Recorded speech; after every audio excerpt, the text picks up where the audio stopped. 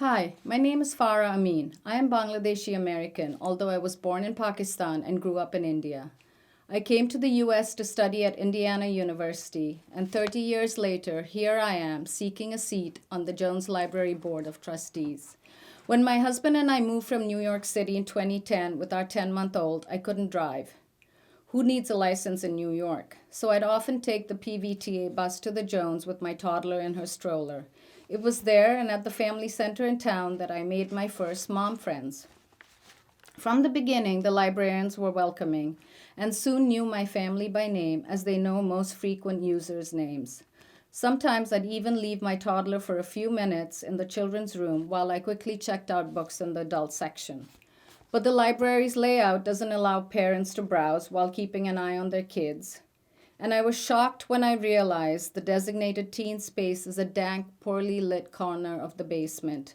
Still, I felt immense gratitude for this welcoming space, especially when I started meeting other South Asians, some of whom were taking advantage of the ESL program.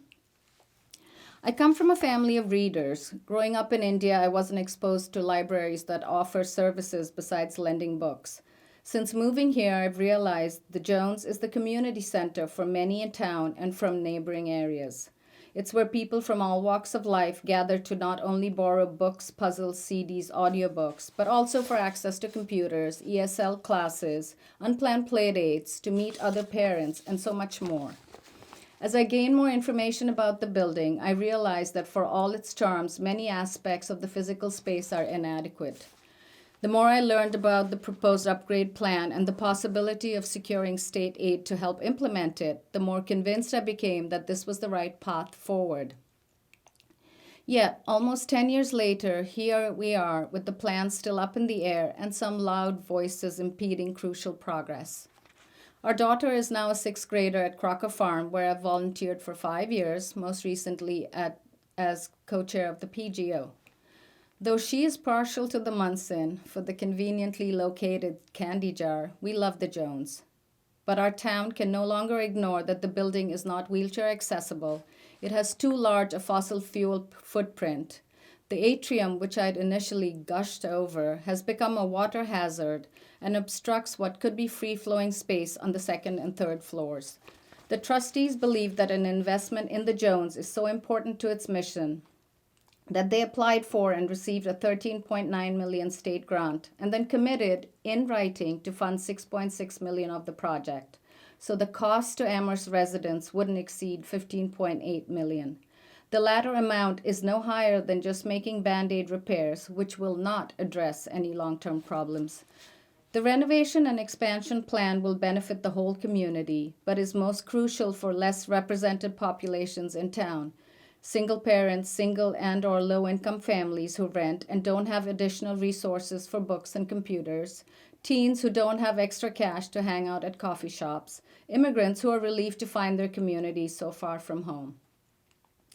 As a brown immigrant woman, I believe the Jones must and does serve our diverse families, particularly the under-resourced and less represented, because doing so is critical to our democratic process. Having conversation circles by a water cooler is no way to inspire confidence in someone learning a new language.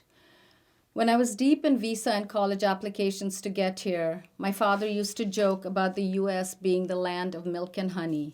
What many of you may not realize is that finding a welcoming space like the Jones when you're feeling homesick in a foreign country can make all the difference.